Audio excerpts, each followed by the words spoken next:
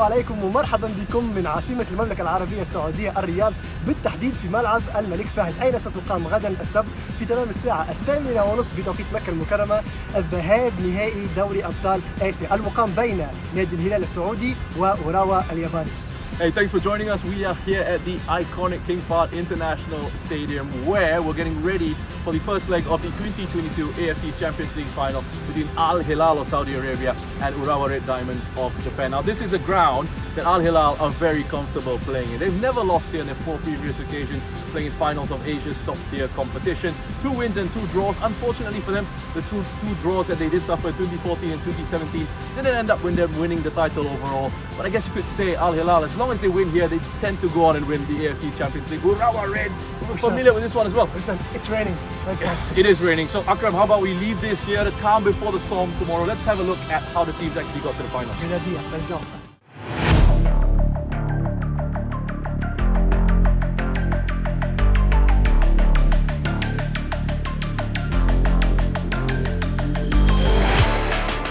رشان، بالنسبة لمشوار الهلال السعودي لنهائي دوري أبطال آسيا كان تقريبا نجم نقول سهل.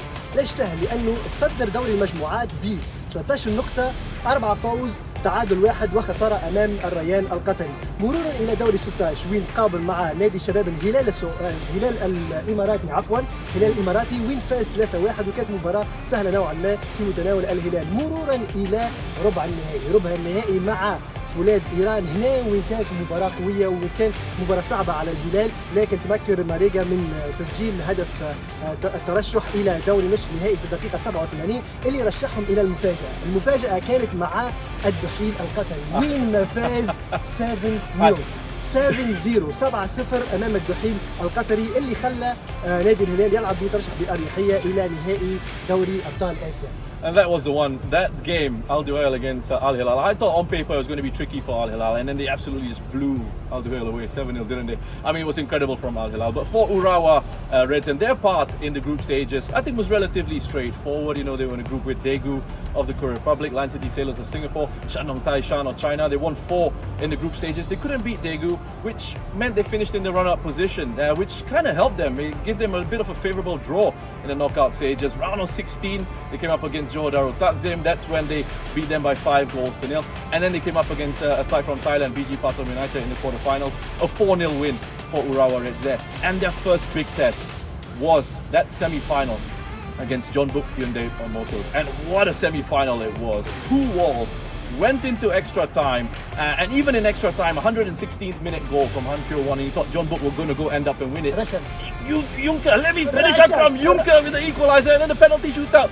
Nishikawa making those saves. And then Urawa Reds, that's how they made the way to the final. خلينا نمشي ونشوفوا أجواء وما قاله المدربين في المؤتمر الصحفي. What he said. Yes.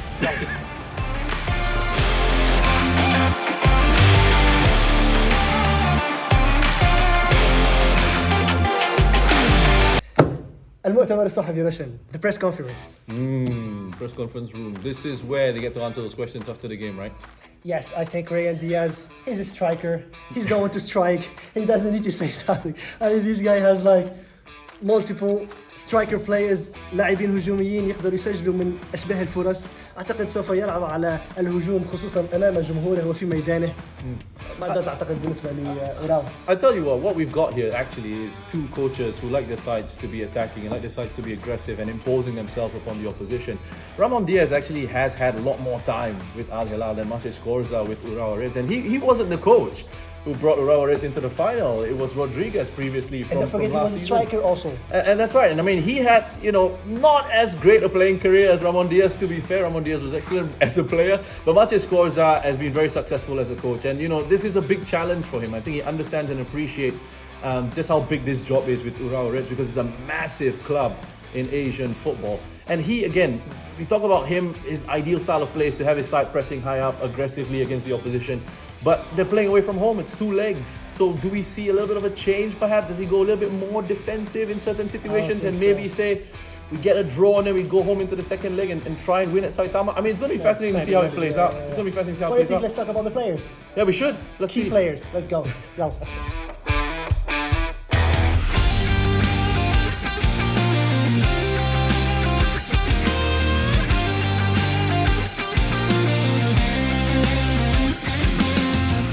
هشام تقريبا عندنا نفس الطول. We have the same height right now. I'm looking up to you for once. I'm looking up at someone, someone's a little bit taller than me. Carry on, Akram. Go ahead. Go on. خلينا نحكي على أهم اللاعبين في هذه المباراة. أنا أعتقد إنه إيجالو لأنه إلى حد الآن مسجل 7 أهداف، دائما ما يكون خطير، دائما ما يصنع الهدف من شبه الفرص.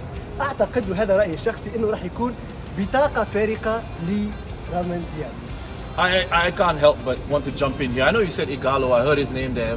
Brilliant goal scorer. Salim Al-Dosari, another one. That front three, potentially Musa Marega as well. I think those are going to be some key areas Urawa are going to have to keep a lookout for. But in terms of a key player, one player for Urawa, it's a little bit difficult to sort of pick out because this is a side that has gone through so many changes and they don't really have an outstanding star player for me. So I think it's going to be a whole team effort from them, especially playing away from home.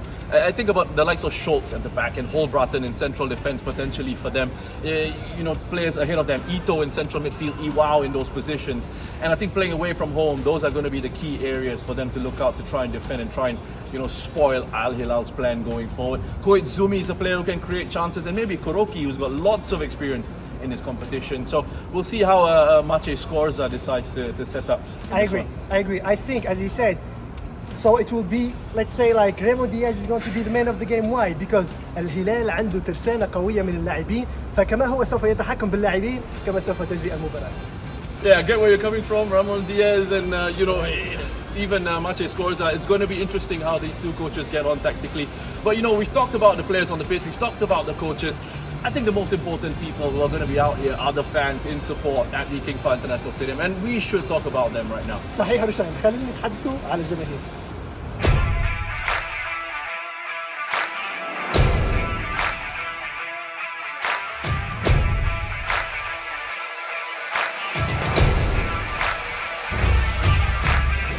Akram, one of the great things about this final is we've got two sides who are facing off against each other for the third time, and it's created this real rivalry. Al Hilal have won once, Urawa Reds have won once, and they've got some incredible sets of fans. And I've been talking to some of the Al Hilal fans around here as well, and they are so excited about showing off just how much of an atmosphere they can create for the side. They really want to give their team that advantage in the first leg. Fully blue tomorrow, I guess.